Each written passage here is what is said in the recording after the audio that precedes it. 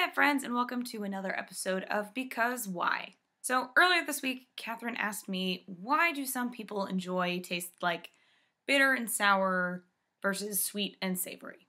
So as my homegirl, Maria von Trapp, would say, let's start at the very beginning, and so we shall. There are 5 different tastes that the brain can actually recognize. Salty, sweet, sour, bitter, and umami, which is a big fancy term for savory. And I don't know when they did it, but every time I've learned about it in class, my teacher is just like, ah, it's a thing, take it. We're able to recognize these 5 tastes thanks to things called papillae that are on the surface of your tongue, and that's what houses your taste buds. Now, scientists have figured out that people who have a high density of these papillae tend to be what they call super tasters, meaning that they have a lot of sensors. These kind of people are the kind of people that are more likely to stay away from spicy foods, need creamer in their coffee, and just in general, staying away from anything that has kind of a very strong taste to it. Conversely, those who are deemed subtasters have a lower density of these papillae on their tongue. And so they're the ones who are probably carrying around sriracha in their bag and who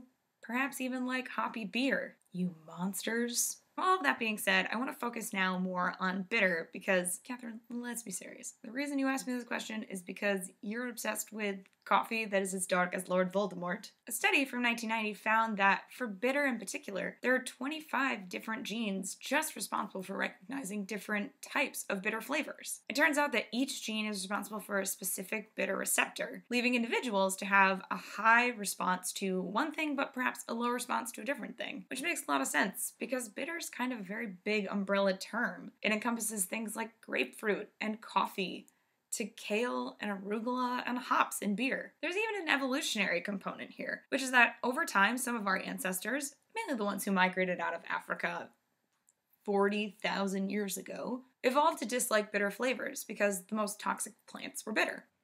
I'm on to you, kale. On the flip side of that, people from malaria-infested parts of the world tend to have receptors more tolerant of bitter flavors, like those found in cyanide. The reason? Researchers think that cyanide, ingested at low levels, of course, fight malaria parasites while leaving the host unscathed. With all of that said, there's no denying the fact that over time you can train your brain to enjoy flavors that maybe at first you hated. As Oregon State sensory scientist Ji-Yoon Lim points out, most people don't like beer the first time they try it. So there you have it, Catherine. Knowledge attained. And now, time for my question for you for next time, which is if there was one song that was the only song you were allowed to listen to for the rest of your life, what song would that be and why? Until next time, bye!